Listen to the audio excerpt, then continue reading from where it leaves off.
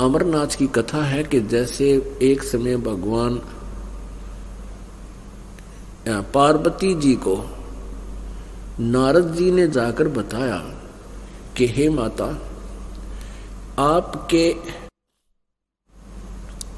आपके 107 जन्म हो लिए,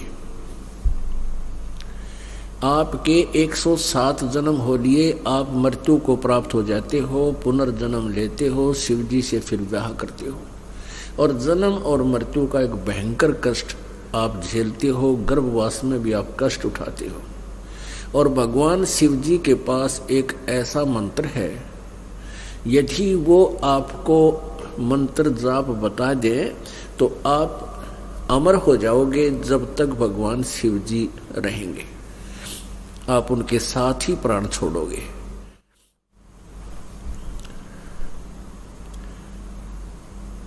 तो पार्वती जी ने कहा कि नारद जी, वैसे ऋषि जी झूठ नहीं बोला करते, लेकिन मेरे आपकी यह बात जची को ना, विश्वास नहीं हो रहा कि भगवान शिव जी के पास कोई ऐसा मंत्र है जिससे मेरा छुटकारा हो सकता है। जन्म मृत्यु शिव जी के तक, जब तक शिव जी रहेंगे तब तक मैं फिर नहीं मरूंगी।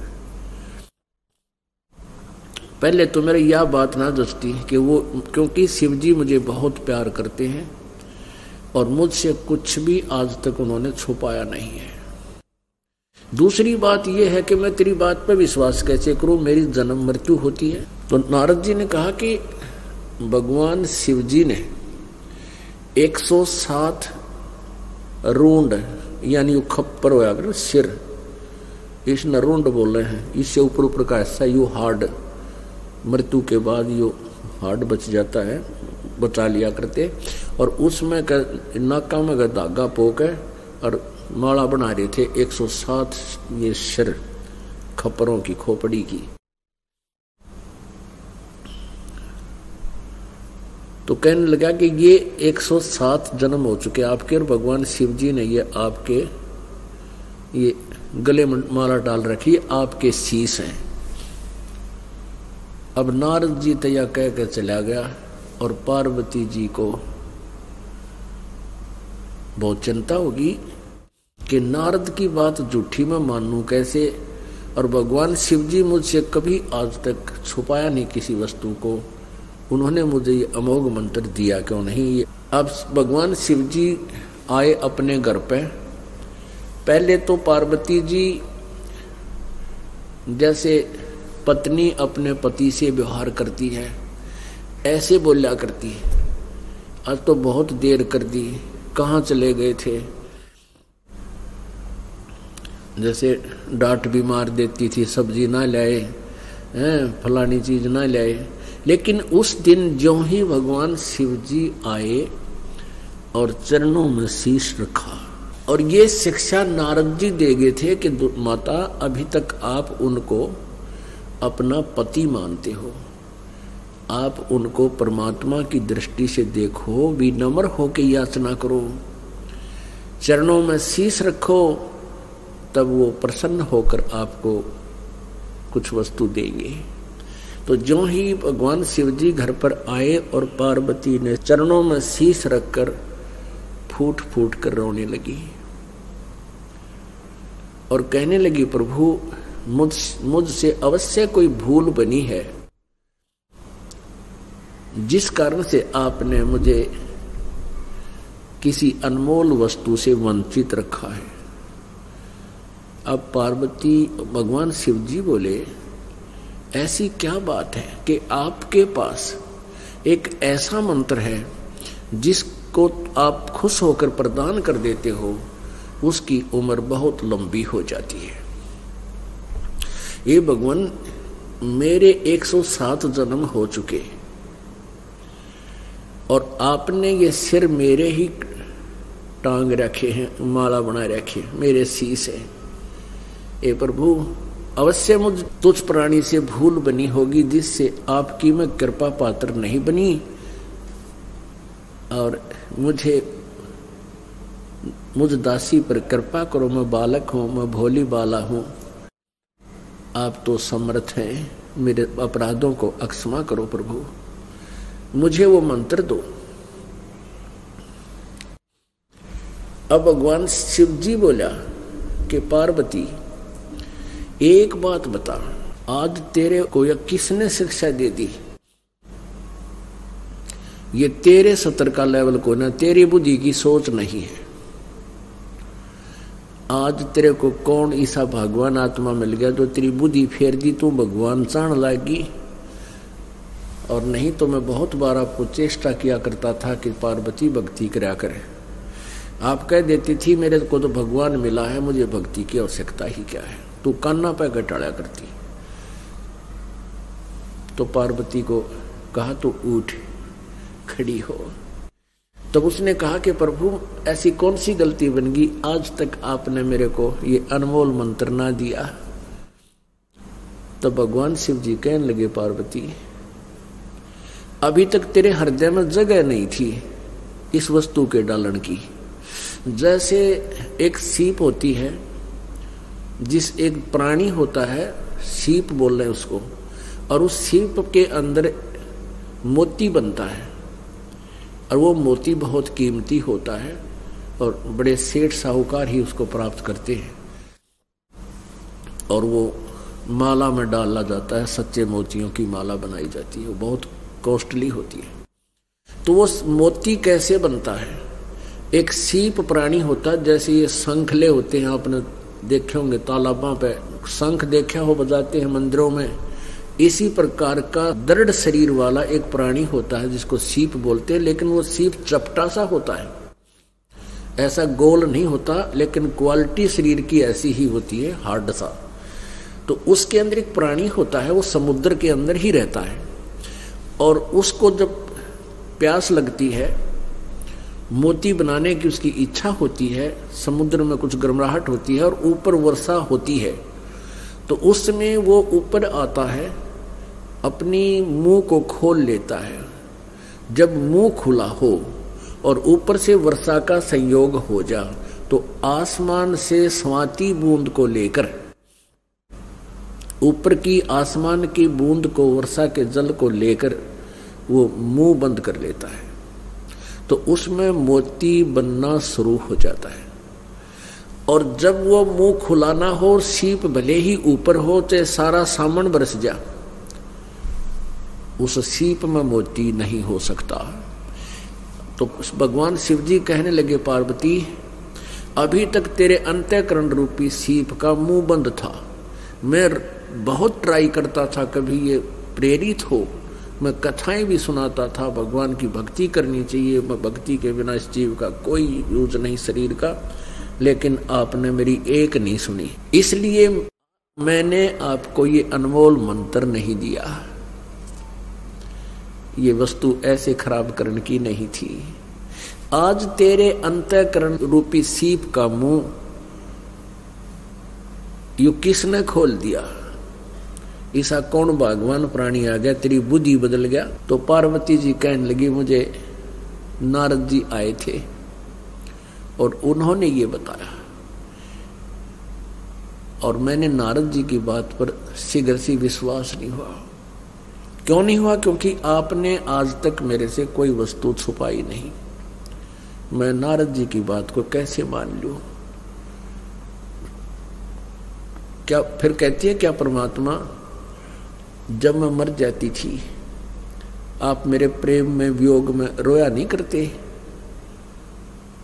अब भगवान कहता है कि मेरे साथ जो बीते थी वो मैं जानू, पार्वती तुझे ज्ञान नहीं। एक बार राजा दक्ष के यहाँ तेरा जन्म था, उसमें तूने राजा दक्ष के हवन कुंड में छलांग लगा के आत्मदाह किया था। उसमें मैं तेरे इस अर्ध जले शरीर को, क्योंकि शीघ्र निकाल ली गई थी तो मांस तो जल गया सारा, हार्ड अस्थि पिंजर रह गया था, मैं तेरे अस्थि पंजर को सीने से लगा के 10,000 वर्ष तक गौरी गौरी करता, पार्वती पार्वती करके पागल हो गया था। वो तो भगवान का सुदर्शन चक्कर आया, उसने शीश काट दिए, उसके टुकड़े टुकड़े कर दिए। तो पुण्यात्माओं, जहाँ जीभ पड़ी वहाँ ज्वाला जी थोड़ी बहुत जो बच रही थी, और नैनों का टुकड़ा जो यो कवर पड़ा वहाँ नैना देवी, और जहाँ ये शेष धड़ पड़ा अस्थि पंजर वहाँ या वैष्णो देवी। ये मंदिर बना दिए। ये बनाई थी यादगारें कि आने वाले समय में एक कब्र ऐसे मंदिर सा बना दिया कि आने वाले समय में श्रोताओं को ये विश्वास ना हो कहीं कि पुराण में ये कथा लिखी है कहीं झूठी हो।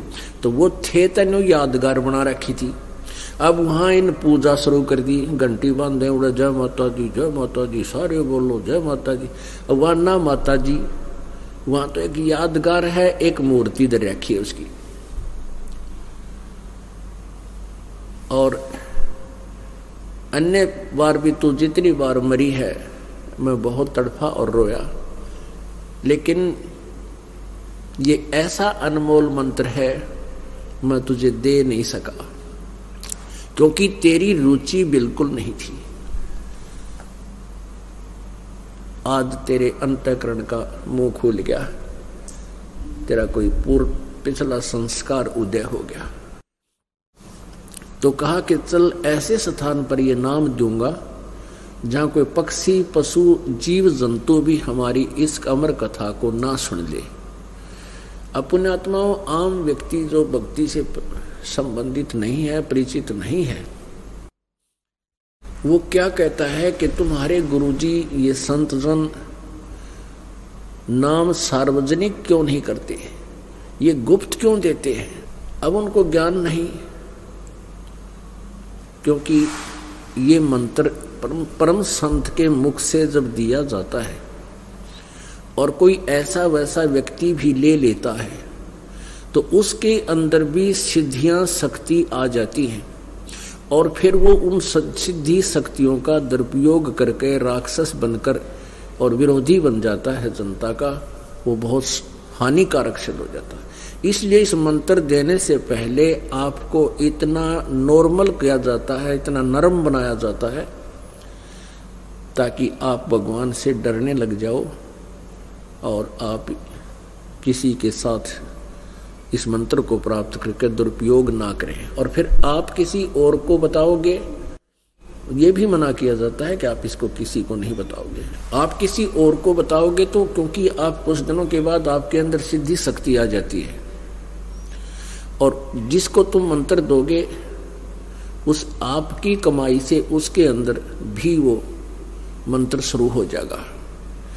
आपकी कमाई खत्म होने लग जाएगी और वो आप गुरु पद को प्राप्त हो जाओगे। दोनों के भक्ति का विनाश होना शुरू हो जाएगा। इसलिए न तो आप किसी को ये मंत्र दे सकते और न ही इस संत को इस मंत्र को संत सार्वजनिक कर सकते। ये परमात्मा का दोष बन जाता है, फिर अपराधी बन जाते हैं। ये नियम है। तो इसलिए भगवान शिव जी ने कहा कि चल पार्वती, ऐसे स्थान पर चलते हैं जहां अपनी इस वार्ता को कोई ना सुन सके।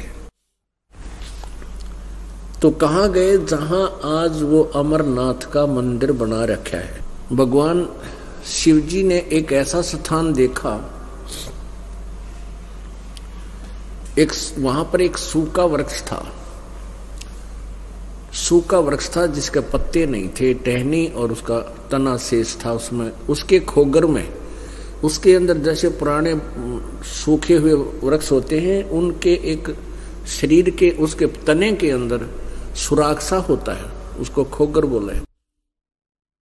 उसके अंदर एक मादा तोता ने अंडे दे रखे थे और भगवान शिव जी ने उसी वृक्ष के नीचे अपना डेरा ला लिया कि यदि हम हरे वृक्ष के नीचे बैठूंगा तो हो सकता है कोई पक्षी भी आकर बैठ जाए, मैंने दिखाई ना देगा। इस सूखे पेड़ के नीचे बैठूंगा तो कोई पक्षी भी आओगा तो मेरी दृष्टि पड़ जाएगी। उससे पहले भगवान शिव जी ने अपने हाथ से ऐसे 3 ताड़ी मारी, 3 बार ऐसे हथेली बजाई। उनकी आवाज इतनी भयंकर थी कि आसपास के पक्षी पशु उड़कर पक्षी दूर भाग गए। उस खोगर के अंदर अंडे स्वस्थ थे, उन अंडों से बच्चे बनकर भी वो तोते के बच्चे उड़ गए, लेकिन एक गंदा अंडा था और वो गंदा अंडा वहीं रह गया। और उस अंडे का जिस प्राणी का संयोग था, वो जीव आत्मा भी उस गंदे अंडे के चिपकी रही। अपनात्माओं, ये तत्व ज्ञान है, ध्यान से सुनना, विचार करना। जैसे इन नकली संतों ने, ब्राह्मणों ने, गुरुओं ने ये फूल चुनने की आदत डाली, रिवाज डाली, इसका क्या कारण था? क्या होता है कि हम जहां भी रहते हैं उसके अंदर इतने लीन हो जाते हैं, उसके साथ हम इतना मोहित हो जाते हैं, उस पर आसक्त हो जाते हैं, उस वस्तु को हम जल्दी से भूलते नहीं। जैसे वो गंदा अंडा हो गया था, लेकिन उसमें जीव था। वो जीव, अंडा गंदा हो गया लेकिन जीव वही रहा, उसके चिपका रहा कि मेरा शरीर है, मेरा बॉडी है, मेरा अंडा है। जो भक्तिहीन प्राणी मृत्यु को प्राप्त हो जाते हैं, उनको सभा कर दिया जाता है। उनके जो अस्थि पिंजर होती हैं, हड्डियां, जलने के बाद भी कुछ जलती नहीं, कितनी फूंक ले उन्हें बस रह जाती थोड़ी बहुत। जिस समय वो प्राणी यहां से गया, शरीर छोड़कर फिर ऊपर गया धर्मराज के लोक में, वहां जाने के बाद उसके संस्कारवश उसकी मान लीजिए प्रेत योनि हो जाती, तो वापस वो अपने घर आता है। घर आता है तो देखता है कि यहाँ तो तेरा शरीर नहीं है। वो ये चाहता है कि उसी शरीर में फिर प्रवेश हो, मेरा शरीर है। तो वहां से फिर वो जाता शमशान घाट पे, वहां जाकर देखता है कि तेरा शरीर यहाँ जला दिया। तो उसकी जो अस्थियां पड़ी होती हैं, तो वो उनके चिपक जाता है कि मेरा शरीर है, मेरी अस्थियां हैं, मेरी हड्डियां हैं। और ये जंतर मंत्र करने वाले सेवड़े जो होते हैं, ये तांत्रिक, उन हड्डियों को उठा लाते हैं और वो प्रेत, उनका चिपका हुआ प्राणी उनके आ जाता है। फिर उसको वो काबू कर लेते हैं। फिर वो दूसरों पर प्रयोग करते हैं, उनके अपने भी कर्म बिगाड़ते हैं, दूसरों का भी वो दुख देते हैं और उस प्राणी को भी और पापी बनाते हैं। तो इस तरह की क्रिया के जानने वालों ने यही विकल्प ढूंढा कि इस राख न ठाके, इन अस्थियों को ठाके, इन फूलों को चुग के और ऐसे गहरे पानी में डाल दो कि ये उस आने वाले प्रेत को कहीं ढूंढे भी ना मिले। उनकी यह सोच थी। तो फिर वो यहां से चला जाएगा धक्के खा के, घर में उसके ठिकाना ना और उसका शरीर वहां पाना ना, तो फिर वो कहीं और चला जाएगा, तुम्हें दुख ना देगा तुम्हारा जो मृत्यु को प्राप्त हुआ प्राणी। तो इसलिए ये फूल चुगा करते, बता इस तक के मोक्ष हो गया। और फिर वहां डालने जाते, उसकी और क्रिया बता दी, यहां से करो, ऐसे करो, जब जाकर इसकी गति होगी। वो एक बीमारी और हमारा लाजी। तो ऐसे ही वो प्राणी चिपका हुआ था, वो जीव चिपका हुआ था उस गंदे अंडे के साथ में।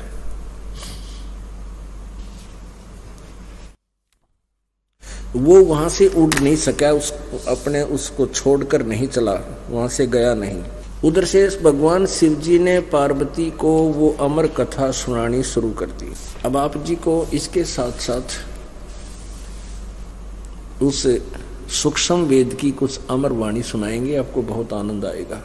शंखों दे धरी तन योनी, नो तत् के का बीज न भूनी, मोक्ष मुक्ति का लख्या न भेवा, भ्रम में पुत्र व्यास सुख देवा। सतगुर मिले महादेव बंका, 84 की मिटी न शंका, 78 जन्म गौरी भरमाई, शिव को रुंडमाला गल लाई। अर्ध शरीरी देवी गौरा, जिनका थीर बयानी भोरा, नारद मुनि उपदेश बखाना, गिरजा सुनो मोक्ष पद ज्ञाना। सुन हे देवी गौरा माई, 68 तीर्थ पर भी नाही, पिंड प्रधान किए कै बारी, खुली नहीं ये मुक्ति द्वारी। अब नारद जी बता रहे हैं देवी पार्वती जी को, गौरी को, कि अभी तक जिन साधनाओं को तू करती थी, 68 तीर्थ भी स्नान किए हैं और भी साधनाएं तूने की हैं, जिससे तेरा जन्म मृत्यु का चक्कर बंद नहीं हुआ। सुन हे देवी गौरी माई, 68 तीर्थ पर भी नाई, पिंड प्रदान किए कै बारी, खुली नहीं या मुक्ति द्वारी। ग्रीवरुंड माला शिव के गले, गिरजा के सिरशीस, भक्ति दुराई देव को ना परस्या जगदीश। नारद जी बता रहे हैं, तुमरा देवी रूप विशाला, शिव तो पैर रहे रुंडमाला, बहुत तक पर ले हो जाई, लंबी उम्र शिव कलमाही। दीर्घ आयु शिव है अनुरागी, तुम देवी गौरी दिल त्यागी, मूल मंत्र नहीं नाम सुनाया, ताते कल्प हो तेरी काया। महादेव देवन पति देवा, जिनकी करी न गौरी सेवा, कर बंधन कर शीस नमावो, तन मन अर्पो शीस चढ़ाओ।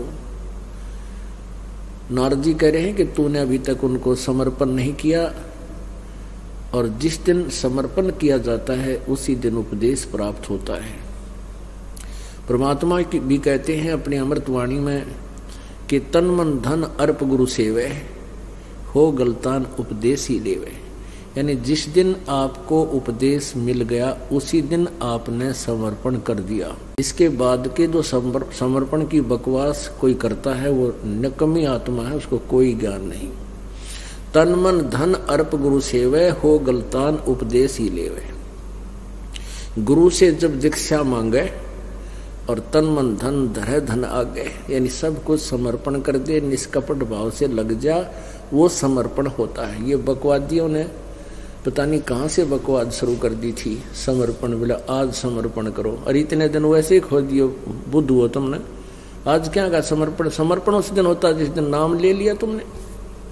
बुद्धि भ्रष्ट, पता नहीं कितने की बीमारी ठाला में। तो नारद जी कहते हैं कि तन मन धन अर्प शीस चढ़ाओ, यानी चरणों में कर बंधन कर शीस नमावो, हाथ जोड़ कर नो का शीस नमाओ, और तन मन धन अर्प शीस चढ़ाओ।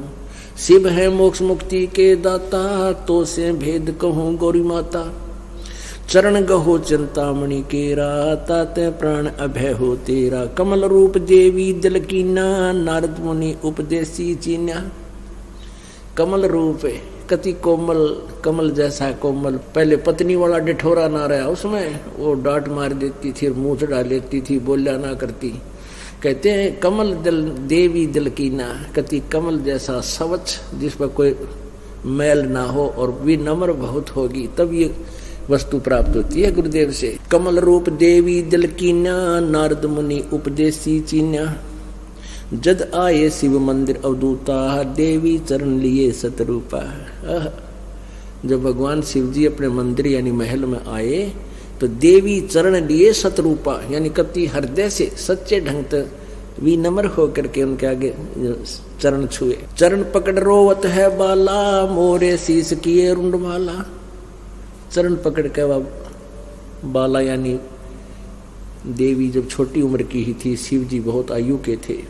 शीस पकड़ रोवत है बाला, मोरे शीस किए रुंडमाला। पार्वती जी कहती है कि आपने, रोती हुई कहती है कि मेरे सिरों की आपने माला बना रखी, रुंडमाला यानी खपरों की माला। ये सिर के हाड बच जाने, ये सारा खोपड़ा जल जा, हाड शेष रह जा, उसमें धागा पोकर टांग रहे थे शिव जी याद के लिए। मोह से भक्ति दुराई देवा, मैं जाने नी तुम्हारी सेवा।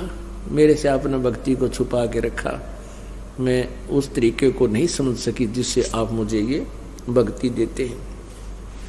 मोह से भक्ति दुराई स्वामी, हमसे भेद कहो निज धामी। मैं अबला हूँ बाला भोरी, पार पार निभाओ हमारी डोली। मैं अबला हूँ बाला भोली, मैं अबला हूँ, बालक हूँ और भोली भाली हूँ, और मेरी इस नैया को आप पार करो मेरे प्रभु।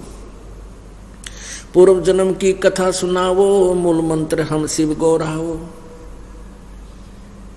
मूल मंत्र महबूब का ई सुनाओ मोही, जुगन जुगन पातक कटे हैं, छूटत है दिल द्रोहे। अपनात्मा देखना, ये सूक्ष्म वेद है जो कति निर्णय करेगा। पार्वती जी कह रही है कि मूल मंत्र महबूब का, ये भगवान सुनाओ मोहे, ईस माने स्वामी है, मेरे स्वामी ईस सुनाओ मोहे, यानी उस महबूब का, उस पूर्ण परमात्मा का मंत्र मुझे दो। क्योंकि भक्ति सभी ये सोचकर करते हैं कि जो भी कोई भी साधना करता है कि मैं अमर होने के लिए प्रयत्न कर रहा हूं।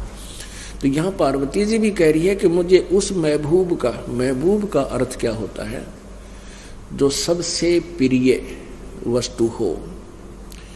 महबूब का जैसे हम गलत अर्थ लगा लेते हैं, तो जो इस महबूब शब्द को जो जहां पर लगाना चाहे वही लगा सकते हैं। हमारा सबसे प्रिय परमात्मा ही है और कोई वस्तु प्रिय नहीं है। हम उसको महबूब, जिसकी चाह हमें हृदय से बने, जिसके गुणों से हम परिचित हों, जिसके ऊपर हम आसक्त हों, उसकी महिमा से हम परिचित हों, उसको महबूब कहते हैं, जो बहुत प्रिय वांछित वस्तु हो। मूल मंत्र महबूब का ई सुनाओ मोहे, जुगन जुगन पातक कटे छूटत हैं दिल द्रोही। बोल रही बहुसागर हमी, मोक्ष मुक्ति के दाता तुम्ही, शीस पकड़ सुन देवी बाता, को उपदेशी मिला विधाता। अब भगवान शिव जी ने पार्वती का सिर पकड़ा, रो रही थी ना, ऊपर को उठा के खड़ी हो, और नो बोला कि नो बता तुझे कौन ऐसा भगवान आत्मा मिल गया, कोई भगवान ना आया होगा जो तेरी बुद्धि ने फेर गया, ना तेरे समझ मान की बात नहीं थी, भक्ति कर लूं। शीश पकड़ा सुन देवी बाता, को उपदेशी मिला विधाता। ये तो नहीं ज्ञान तुम्हारा, हम सो भेद कहो परवारा। कि ये तेरे बुद्धि का ज्ञान नहीं है, मुझे सच्ची बता, तेरे तो मिला कौन, कौन बताएगा यह बात। गिरजा कह सुनो शिव स्वामी, तारण तरण आद गण नामी, नारद मुनि उपदेश समोदम, दीना ज्ञान ध्यान परमोदम। कि मुझे नारद मुनि जी मिले थे, उन्होंने आकर मुझे ये ज्ञान दिया। शिव समर्थ बोलत है जब ही, गौरी ज्ञान सुनाया तब ही। कोट कल्प प्रलय जुग बीती, ज्ञान ध्यान सभी पर चीती। तुमरा मन नारद मुनि फेरा, सुनो ज्ञान तुम गौरी मेरा। बनखंड चलो गौरी दीवानी, पंछी सुने ना हमरी वानी। जब शिव कर से लाई ताड़ी, उड़ गए पंछी नर और नारी। जहाँ एक सुख क्या तरवरता क्या, शिव को आसन तहाँ रखा।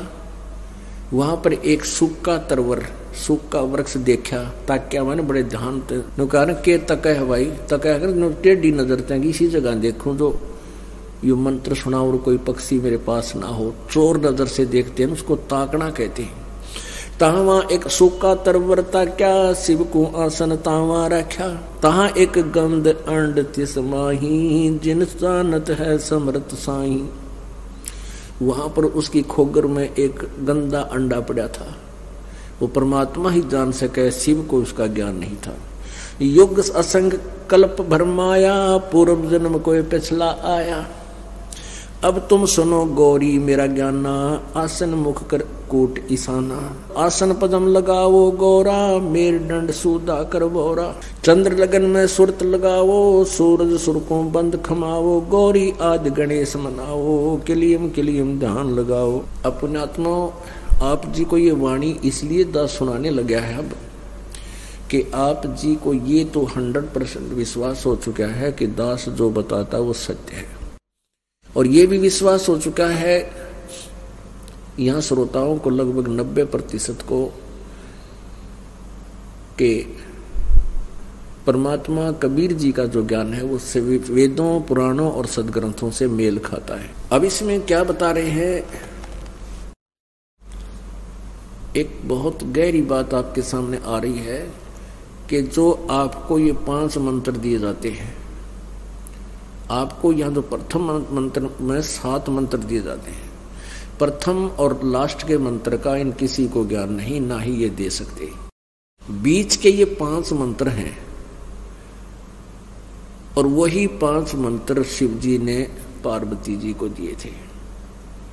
ये ऐसे अनमोल मंत्र हैं, और आज आप जी के ऊपर किसी रजा भगवान की, आप कितने पुण्यकर्मी हो, आपको ये यथार्थ मंत्र आपको प्रदान हो रहे हैं, जो जिससे पार्वती जी को अमरत्व प्राप्त हुआ। अमर होगी, जिसको अमर बोलते हैं। अमर कितनी होगी? जब तक शिव जी की मृत्यु नहीं होगी तब तक पार्वती उसके साथ रहेगी। इन 5 मंत्रों का जाप वो खुद भी कर रही है, आज भी कर रही है। अब उसके विषय में क्या बता रहे हैं? प्रथम आदि गणेश मनावो, किलियम ध्यान लगाओ।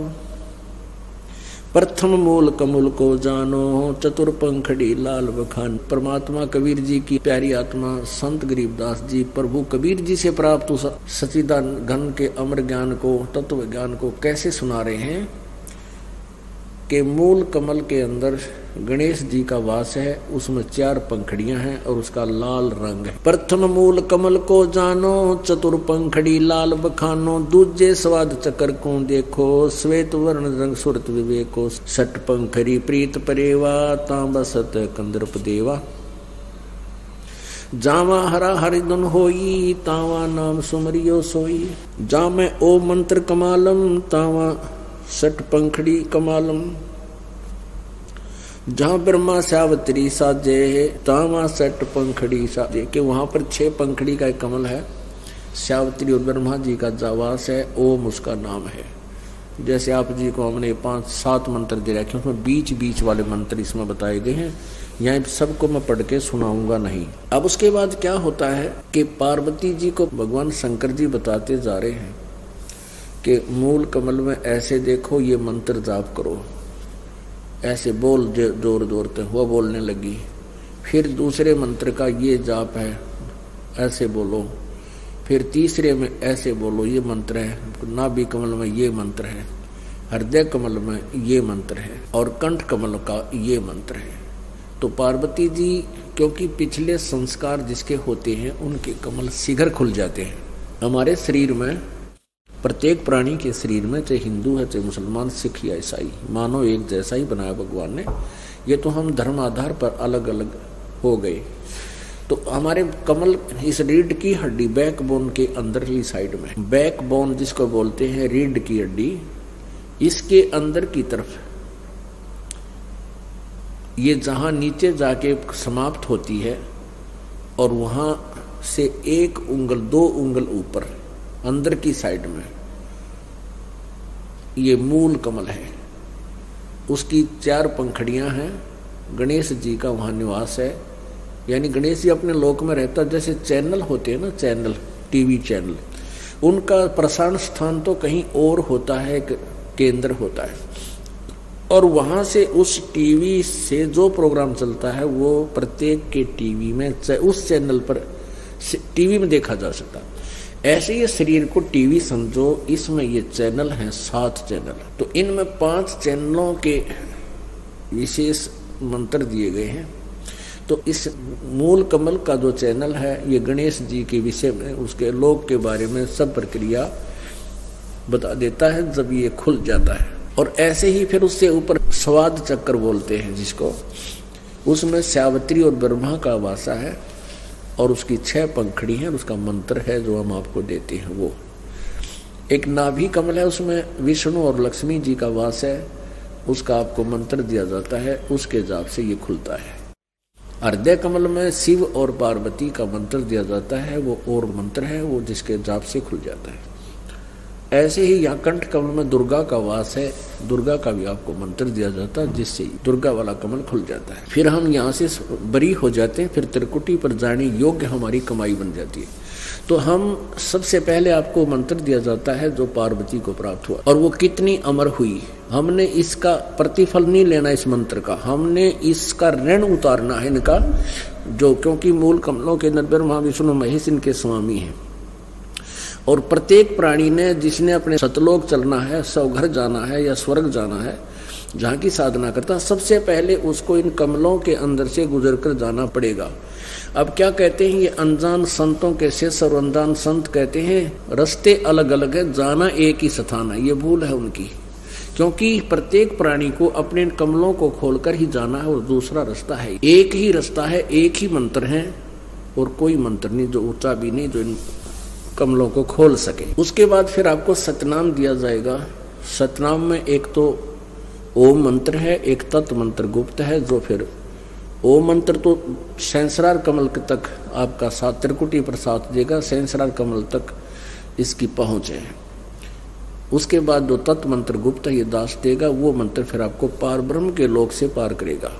तो हम यहाँ से जब चलेंगे तो ब्रह्मा विष्णु महेश जी की जो हमारे ऊपर कर्जा है वो इनको इस मंत्र के जाप की कमाई छोड़ देंगे, ये हमें बरी कर देंगे। जैसे आप किसी विदेश में गए हो और वहाँ कोई फैक्ट्री लगा ली छोटी मोटी, आप क्या धंधा ठीक चला कोई ना, आपका बिजली का कनेक्शन कट गया, टेलीफोन कनेक्शन कट गया, पानी का कनेक्शन कट गया, और भी असुविधाएं होगी, तो वो आपकी कंपनी फेल होगी, बंद होगी। तो उसके लिए क्या होता है कि कोई जिम्मेवार व्यक्ति सरकार को मिल जाए, वो गारंटर बन जाए और फिर उनके सभी कनेक्शन चालू करवा देता है और उसको फिर ऐड दे देता है कि आप कमाई करके इनके बिल भरना शुरू करो, तो फिर वो फैक्ट्री फिर चालू हो जाती है, धनी हो जाता है।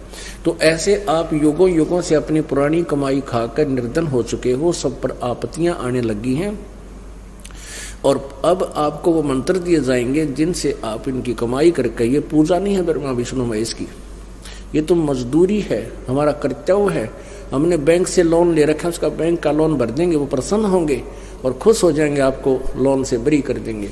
ऐसे ही बिजली वालों के हम बिल भरते रहेंगे, खुश होकर बिजली देते रहेंगे और हमें जो पुराना बिल है वो भी पूरा भर देंगे, कर्जा उतर जाएगा तो वो हमें सब सुविधाएं देंगे। ऐसे ये हमने साधना करनी है। तो क्या हुआ, पार्वती जी का, क्योंकि पिछले पुण्य कर्म जिसके ज्यादा होते हैं उनको शीघ्र इन कमलों का आभास हो जाता है, और पुण्यात्माओं हमने इन कमलों को में झांकना भी नहीं है, गलती से कोई खुल भी जाते इसमें देखना भी नहीं। आप ये हम क्यों फंसे रहे हैं यहाँ पर? आप देखते हो कि पहले ये ऋषि लोग कई कई हजार वर्षों तक या कई कई घंटों तक बैठे रहते हैं, साधना करते हैं, समाधि लगाते हैं, उसको मेडिटेशन कहते हैं। वो कैसे बैठते हैं? ये मन तो इतना आरामी है, 10 मिनट भी ना बैठने दे इस प्राणी ने, किरा की ठा ले जा। कैसे बैठते हैं कि जैसे हम फिल्म देखने जाते थे, उसमें ऐसी बकवादें होती थी कि 3 घंटे का बेरा भी ना पट्टा कितनी देर में गए। इनको ज्ञान तो है नहीं, किसी ऋषि को आपको बता दिया, कई बार पढ़ के भी सुना दिया देवी भागवत में। तो ये क्या करते हैं, हठ योग करते हैं। जैसे काल ने ब्रह्मा जी को आदेश दिया था तप करो तप करो, जब वो कमल के फूल पर बैठा था तो उसने परमात्मा की आकाशवाणी मान के वो हठ योग शुरू करवा दिया सबके अंदर। तो क्या करते हैं, ये पुण्यकर्मी प्राणी तो होते हैं जो भक्ति की ट्राई करते हैं, तो उन ऋषियों की, महर्षियों की, देवताओं का कोई कमल खुल जाता है और उस कमल में उनकी सुरती आत्मा प्रवेश कर जाती है। यानी एक टीवी चैनल ऑन कर लिया और उसमें गाने बजाने, नाचना गाना, गंदे डांस, कितने पहाड़ दिखे, यानी ये आत्मा उस लोक में, एक लोक बहुत लंबा चौड़ा होता, गणेश का लोक भी काफी बड़ा है, द्वीप बहुत बड़ा है, विष्णु जी का लोक भी बहुत लंबा चौड़ा, उसमें जगह जगह कितने स्वर्ग में नाच गाने हो रही है, कितने अप्सराएं नहा रही हैं, कितने और बकवादे सुन रहे हैं, कितने कोई इंद्र की सवारी आ रही है, तो देखो सारे चमत्कार, वहां पर बड़े बड़े आतिशबाजियां हो रही हैं ऑटोमेटिकली। तो वो बैठने वाला, वो नालायक उस किसी कमल में घुस जाता है, उस लोक में पहुंच जाता है, वहां देखता है फिर वो सिनेमा फिल्म, क्योंकि वहां जो बकवादे हैं इस पृथ्वी पर कोना, तो ये मन फिर उसकी आदत बन जाती है, वापस आ भी जाता है, कुछ देर नहा धो कर देख जाकर फिर बैठ जाता है और फिर देखता है। तो वो उसका जो लंबा समय उस मेडिटेशन में, जिसको मेडिटेशन कहते हैं, उससे क्या होता है, उसको तप बन जाता है, वो जाप भूल जाता है। वो जाप करने से वो कमल खुल गया, वो चाबी थी खुल गया, खुलने से उसकी अपनी पिछली पुण्य कमाई से वो सुरत उड़ गया आकाश में और उस लोक में देख ली। तो उस बैठे रहने से उसका तप बन गया और तप से कुछ तो सिद्धियां आ जाती हैं और फिर तप से राज्य प्राप्त होता है। तप से राज मदमानम जन्म तीसरे शुक्र स्वानम। और जो उस कमल का, उस देव का उसने मंत्र जाप किया, उस मंत्र के नाम के जाप से उसको कुछ समय उसके लोक में एक बने हुए रेस्टोरेंट, होटल में, स्वर्ग में बकवाद करने का और समय मिल जाए। तो आप जी से यही प्रार्थना करते हैं कि पहले तो हम आपको ऐसे ढंग से मंत्र देते हैं कि आपके कमल खुल अवश्य जाएंगे, लेकिन आपकी सुरती उसमें प्रवेश ना करेगी, उसमें प्रवेश करेगी तो मार खा जाओ, क्योंकि आप तो अभी बालक हो, छोटी छोटी बातें की तो झटके पटके दिख जा उड़े आसक्त हो जाते हो, अरिश्मती सा कबाड़ भरे अंदर। तो कहने का बात क्या है कि पार्वती जी कमल में प्रवेश करेगी और वह पहले तो करती हाँ जी हाँ जी, उस एक कमल में फंस गई वह, और वो सुरती उसकी आत्मा तो पहुंच गई किरा कित, और उधर से इस अमर मंत्रों के सुनने से ये भी कुछ अमरता हमें देते, बहुत लाभ देते। तो वो गंदा अंडा जो पड़ा था वृक्ष की उस खोगड़ में, सुराख में, बिल में, उसके ऊपर इन मंत्रों का असर हो गया। शिव जी के मुख से बोलने तय पुण्यात्माओं, पूर्ण संत यानी कुछ अधिकारी के बोलने से उन वचनों का, क्योंकि महिमा साथ सुनाई जाती है, भगवान की, परमात्मा की, देवताओं की वो कथाएं सुनाई जाती हैं, और वो कथाएं किसी अधिकारी के द्वारा सुनाई जाती हैं तो असर होता है। अब जैसे ये अमर वाणी आपको सुनाई जा रही है, आप पर तो असर हो ही रहा है, आपके शरीर पर भी, आपकी आत्मा इससे बहुत लाभ उठा रही है, इस अमर वाणी से भी बहुत आपको सहारा मिल रहा है इस दास के द्वारा बोली जाने से। इन कथाओं ने और दुनिया कहती रहो, कोई नहीं असर होगा, ज्ञान थोड़ा बहुत समझ में अवश्य आ जाएगा। ये और एक चार्ज होता है, और इस वाणी का जहां तक भी असर होता है, चींटी पे भी, हाथी पे भी, कोई भी जीव जंतु है, मच्छर मक्खी, इनके ऊपर भी असर होगा। और इसके बार बार सुनने से इनको भी शरीर छूट जाने पर परमात्मा दया कर सकते हैं, तुरंत मानव शरीर भी मिल सकता है। नहीं तो इनके गुड अकाउंट में, इनकी आत्मा के अंदर इस वाणी का असर हो रहा है। तो इस प्रकार पुण्यात्माओं, जैसे एक विचार करने की बात है, अनधिकारी और अधिकारी का विचार देते हैं। एक बार राजा परीक्षित ने एक भिंडी ऋषि के गले में एक मरा हुआ सांप डाल दिया। राजा परीक्षित कौन था? वो पांडवों का पोता था और अभिमन्यु का पुत्र था। तो वो जंगल में गया हुआ था, रास्ता भूल गया, एक ऋषि समाधि लाए बैठा था। उसने उससे पूछा कि भाई महात्मा जी, मैं रास्ता भूल गया, मुझे मेरे नगर का राह बता दे। वो बोला नहीं, वो साधना कर रहा था। तो उसने गुस्सा उठा कि ये कितना अंडी पाक गया, एक राजा की बात को नहीं मानता। राजा में अहंकार बहुत होता है। उसने एक मरा हुआ सर्प पड़ा था, वो उस गले में डाल दिया। उस ऋषि के लड़के को जब पता चला कि तेरे पिता के गले में और राजा परीक्षित ने सांप डाल दिया मरा हुआ, मजाक कर गया, तेरी इंसल्ट कर गया तेरे पिता की, तो उसने श्राप दे दिया कि तुझे 7वें दिन यू तक्षक नाग डसेगा। तक्षक सर्पों में सबसे जहरीला और सबका सरदार, सबसे ताकतवर है। तो पुण्यात्माओं, फिर इस बात का जब पता चला, राजा परीक्षित चिंतित हुआ। सब ऋषि इकट्ठे हुए, धार्मिक गुरु बुलाए गए के विकल्प हो। तो सभी ने ये बताया गया कि इसको 7 दिन श्रीमद सुधा सागर जी का भागवत कथा बोलते हैं, उसको भागवत कथा, जिसमें श्री कृष्ण और श्री कृष्ण जी की लीलाएं हैं, श्री कृष्ण जी के बारे में जानकारी। कहते इस भागवत कथा को, इसको 7 दिन सुनाया जाए ताकि इसका हृदय यहां से हट जाए और ये स्वर्ग में सुरती लग जाए। इस कथा 7 दिन सुनाओ इसको। अपने आत्माओं, 7वें दिन रिजल्ट आना था, परिणाम मिलना था। कथावाचक के द्वारा दिए सुनाए गए ज्ञान से क्या प्रभाव होगा। सभी ने पीछे कदम कर लिए। Vyas ji, writer of the Shrimad Bhagavat, Bhagavad Gita नहीं, श्रीमद भागवत सुधा सागर है, और व्यास जी उनके राइटर हैं, चारों वेदों के, पवित्र गीता जी के, पवित्र पुराणों के, और पवित्र चारों वेदों के, और पवित्र ये सुधा सागर श्रीमद भागवत सुधा सागर के। लेकिन व्यास जी ने भी स्वीकार नहीं किया कि मैं इनकी वृत्ति हटा सकूं, मैं अधिकारी नहीं हूं। सभी ऋषियों ने हाथ खड़े कर दिए।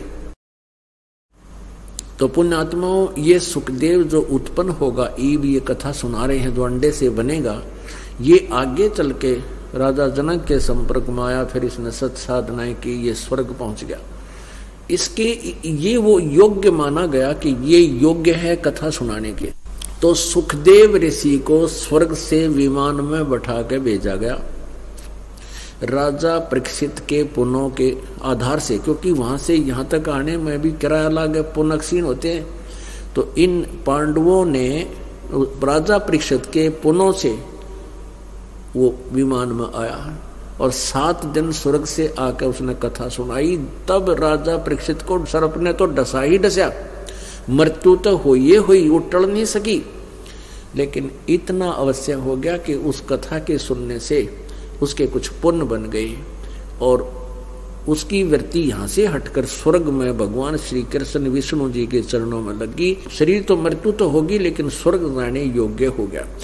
अब कहने का भाव ये है कि उस समय कैसे महापुरुष ऋषि थे, ब्राह्मण थे कई हजार, किसी की हिम्मत नहीं बनी मैं कथा सुना दूं या पाठ कर दूं। अरे कलयुग में किसी ने देख ले काक में पहुंची, आजा मैं पाठ करूं, आजा मैं पाठ करूं। सारे बकवाद कर रहे हैं, किसी कोई अधिकारी नहीं है, सबने बैठा दिया पाठ करें अपने यजमानों का अर्थात भक्तों का।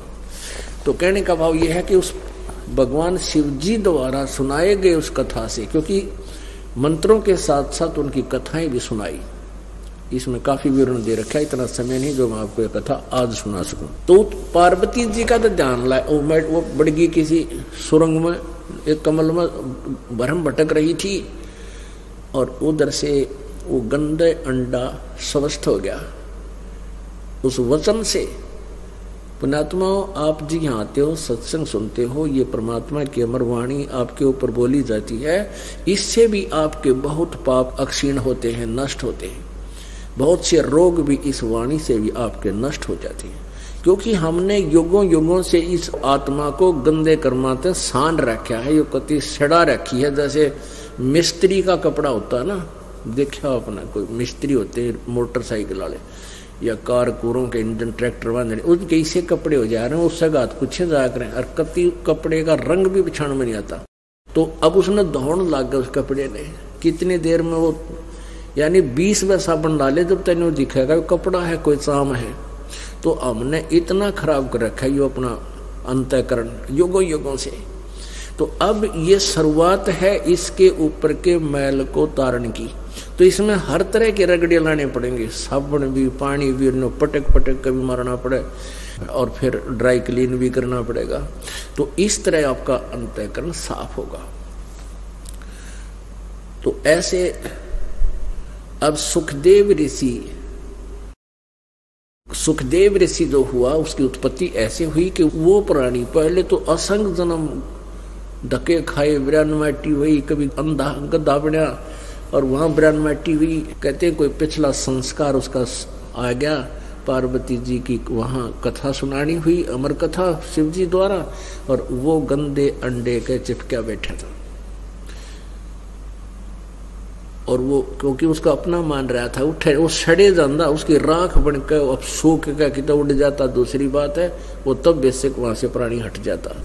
अंडा फूट गया और तोता बन गया, उसके पर भी जाम गई, उसके पंख भी जम आ गई और वो लगा कर अब शिवजी ने देखा कि भी पार्वती तो ध्यान मगन होगी, ये तो नहीं बोल सकती, चुप है, आवाज कहां से आई? तो उसने देखा ऊपर क्रोध से एकदम वो अंडा, वो बच्चा उड़कर भाग लिया। अब उड़कर भाग लिया तो पीछे पीछे शंकर भगवान के इसने मारूंगा। आज तो ये तोता है, कल नहीं कि मनुष्य जीवन भी प्राप्त कर सकता है और इसमें सिद्धियां आ चुकी हैं, इसमें काफी अमरता प्राप्त हो गया है पैरेलल, और ये औरों ने दुखी करेगा, इसको खत्म कर देता हूं। भगवान शिव जी भी सिद्धि से उड़ लिया और उधर व्यास जी की पत्नी, वेद व्यास की पत्नी ने जमाही ली और ये तोते ने क्या किया, तोते का शरीर छोड़ कर ये प्राणी सूक्ष्म शरीर से व्यास जी की पत्नी के पेट में पहुंच गया। अब भगवान शिव जी वहां आए, कहने लगे, सुन हे व्यास की नारी, तेरे पेट में, तेरे गर्भ में मेरा एक ज्ञान का चोर है, इसको बाहर निकाल और मैं इसको मारूंगा।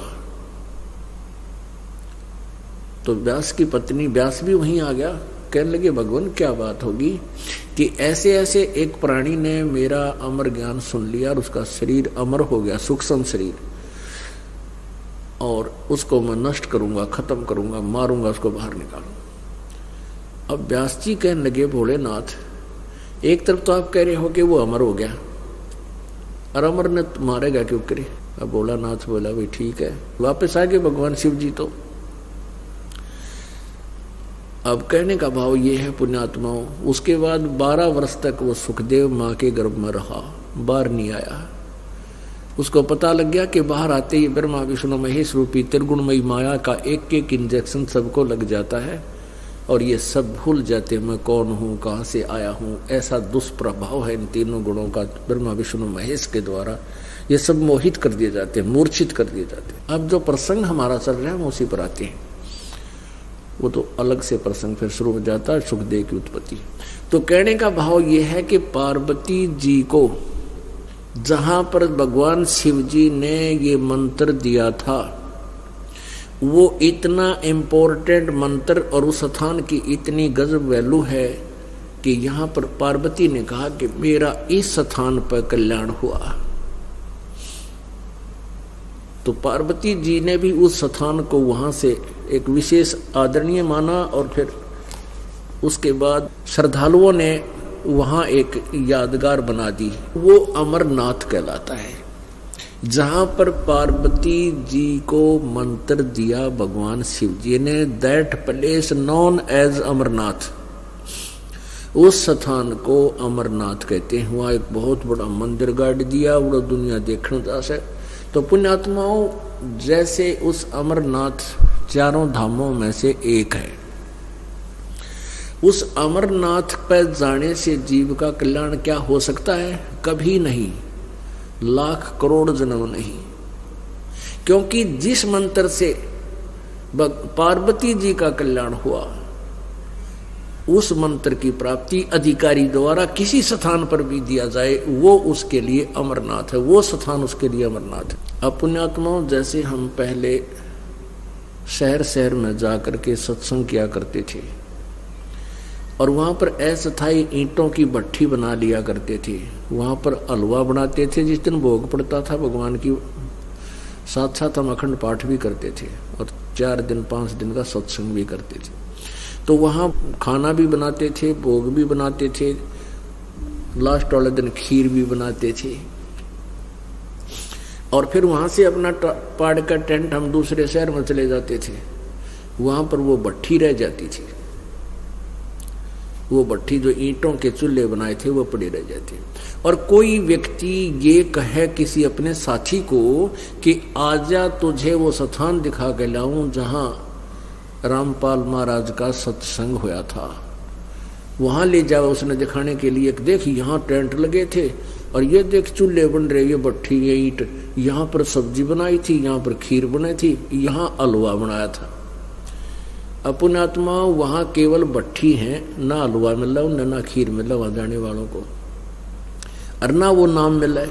वो तो वो स्थान वहीं आना पड़ेगा जहां ये सत्संग हो रहा हो और जहां वो भट्ठी तैयार हो, वहां खीर भी मिल रहा है, हलवा भी मिल रहा है, रोटी भी मिल रहा है और साथ में ये नाम मिल रहा है। अर्थात वो जो स्थान हम वहां से आगे उन भट्टियों को देखने से ना हलवा मिले, ना खीर मिले, ना नाम मिले। ऐसे ही ये जो अमर धाम तुम कहते हो, ये धाम तो इसी वो भट्ठी है। वहां तो सिर्फ नो देख कर आ सकते हो, यहाँ पार्वती जी को मंत्र मिला था बस। आप जी का वहां पर उससे कोई लिंक नहीं, कोई आपको कोई लाभ नहीं, पाप ही पाप भाग में लिखे जाएंगे। क्योंकि जितने प्राणी आप वहां जाने में मारोगे वो बैड अकाउंट में लिखे जाएंगे, पुण्य एक भी कोई ना, क्योंकि शास्त्र विरुद्ध साधना है।